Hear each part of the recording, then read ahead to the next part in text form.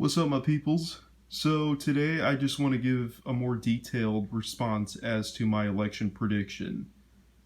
So, as you can see here, I have formulated an electoral college map. Now, if you follow me on, I'm on Twitter, I'm on Instagram. If you follow me there, you may have already seen this, but for those of you who don't, I'm showing this to you right now. So here is my election prediction map. Now, of course, this is going to spur up a shit ton of controversy. So, as you know, I already predicted a Biden victory, but I want to kind of be more specific about it. So, I don't want to go over each state individually, but just, I just kind of want to give you, as much of a broad picture as I can. So, Alaska and Hawaii, they tend to not be swing states, so in years past, you've had Alaska being very conservative and Hawaii being very liberal. So, I don't see them changing. The polls are very just strong in both directions there. Same thing with California, Oregon, and Washington, along with, basically this whole section here. Um, as for Texas, now, Texas might be an interesting one this year because Texas, it's actually been kind of flip flopping, believe it or not. Like the polls are actually more close. Like Biden and Trump are actually more neck to neck in that state than any previous challengers have ever been, any previous candidates. And the same goes for, I've heard the same thing about Georgia, but I really don't know about that. In Ohio, that's another one of those swing states. In Florida, I think is the most notorious swing state. You guys know how fucking close the Floridians vote. Anyone in Florida, I'm sure you can agree. It's just how it's always like anywhere from a couple hundred to a couple thousand votes off.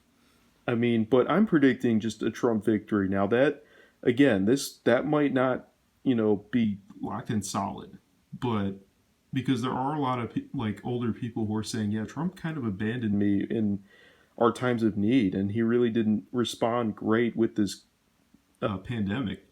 So this very well might go blue, but I'm keeping it as red.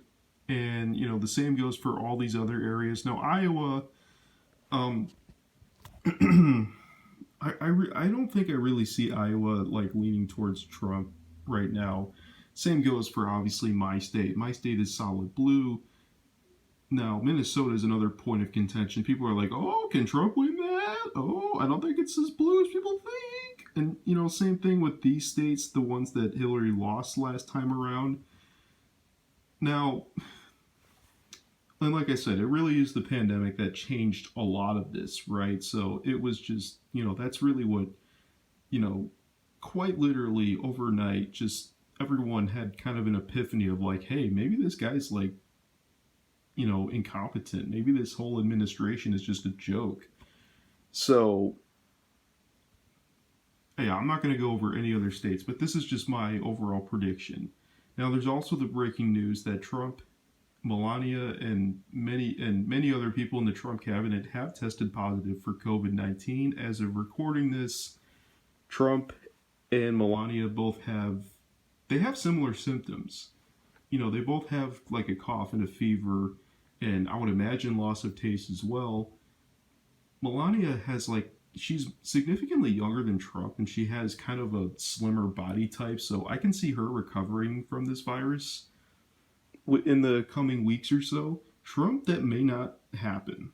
I'm going to say this right now. It may not happen with him, just given he's 74 years old. He's quite obese. That's something that the media really doesn't mention. I've been watching YouTube clips of how CNN, ABC, MSNBC, how they've been covering it, and no mention of his body type, no mention of his, how fucking poor he eats, and how who fucking knows how many people he passed it on to.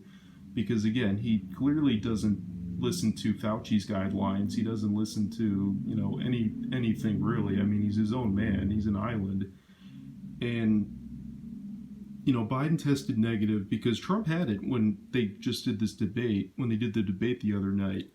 But Biden tested negative, and so did some other people in his kind of inner circle. But I think what they should do is kind of give them like a follow up test, maybe 5 days at the absolute most from today. They need to do a follow up test, and that will ensure either they have it or they don't. So, again, but right now, just election wise, that was a bit of a tangent I went off of, but it was relevant, I think, because there really is no telling what kind of news that's going to come about, how that's going to play in either Trump or Biden's favor of like this breaking news I just shared with you. But as Donald Rumsfeld once said, time will tell, and we shall see how this plays out in whichever way, because the election is exactly a month away, and I really don't see a lot changing in that month.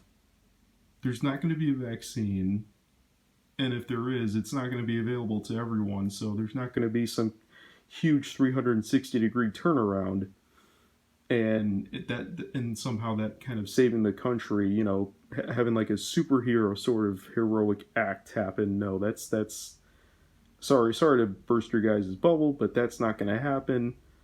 But again, this is what I think the outcome is going to be. You can fight me in the comments section, so I can, leave a comment so I can correct you. And that's just all I wanted to share. I just wanted to share this map so you can analyze it in detail. And that's about it.